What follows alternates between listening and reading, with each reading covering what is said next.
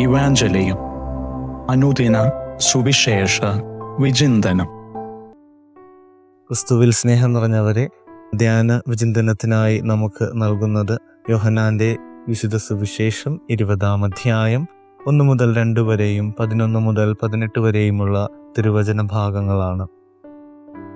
തിരുസഭ മാതാവ് എന്ന വിശുദ്ധ മഗ്ദലേന മറിയത്തിന്റെ തിരുനാൾ ആഘോഷിക്കുകയാണ്.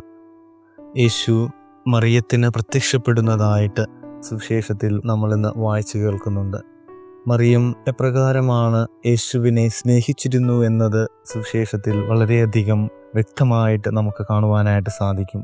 തൻ്റെ കർത്താവിനെ അന്വേഷിച്ചു പോകുന്ന മറിയത്തെ നമ്മളിന്ന് സുവിശേഷത്തിൽ വായിച്ചു കേൾക്കുന്നു.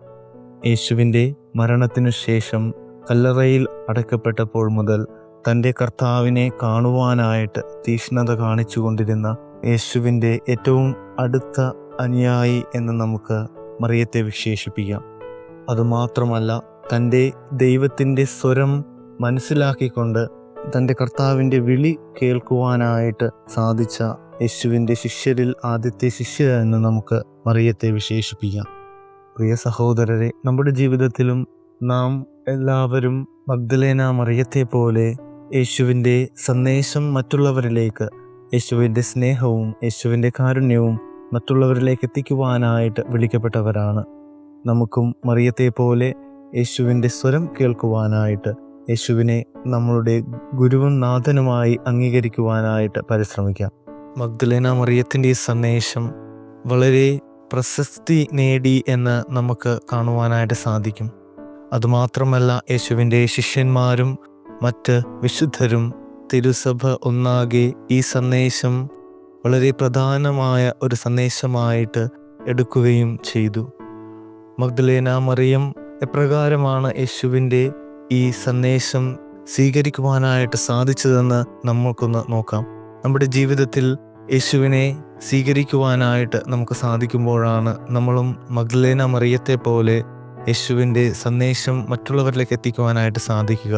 നമ്മളുടെ അനുദിന ജീവിതത്തിൽ വചനവുമായിട്ടുള്ള ബന്ധവും കൂദാശയിലുള്ള നമ്മളുടെ നിരന്തര സാന്നിധ്യവും അതോടൊപ്പം തന്നെ മറ്റുള്ളവരെ, നമ്മളുടെ സഹോദരങ്ങളെ നമുക്ക് ദൈവത്തെ കാണുവാനായിട്ട് സാധിക്കുമ്പോഴൊക്കെയാണ് നമ്മളും മഗ്ദലേന മറിയത്തെ പോലെ യേശുവിൻ്റെ സന്ദേശവാഹകരായിട്ട് മാറുവാനായിട്ട് സാധിക്കുക.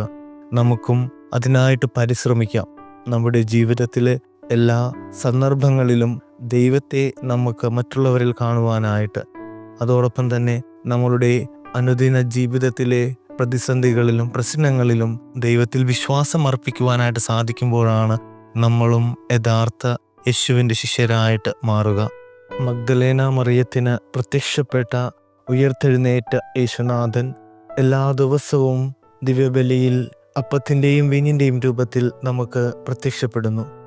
അതോടൊപ്പം നമ്മളുടെ ജീവിതത്തിൽ, നമ്മളുടെ ആത്മാവിലും നമ്മളുടെ എല്ലാ പ്രവർത്തന മേഖലകളിലും ദൈവത്തിൻ്റെ ആ ഉയർത്തെഴുന്നേറ്റ ഉദിതനായ ദൈവത്തിൻ്റെ സാന്നിധ്യം ഉണ്ട് എന്ന് വിശ്വസിക്കുവാനായിട്ടും നമുക്കും പരിശ്രമിക്കാം. ദൈവം ഈ ഒരു അനുഗ്രഹം നൽകി നമ്മളെല്ലാവരെയും അനുഗ്രഹിക്കട്ടെ.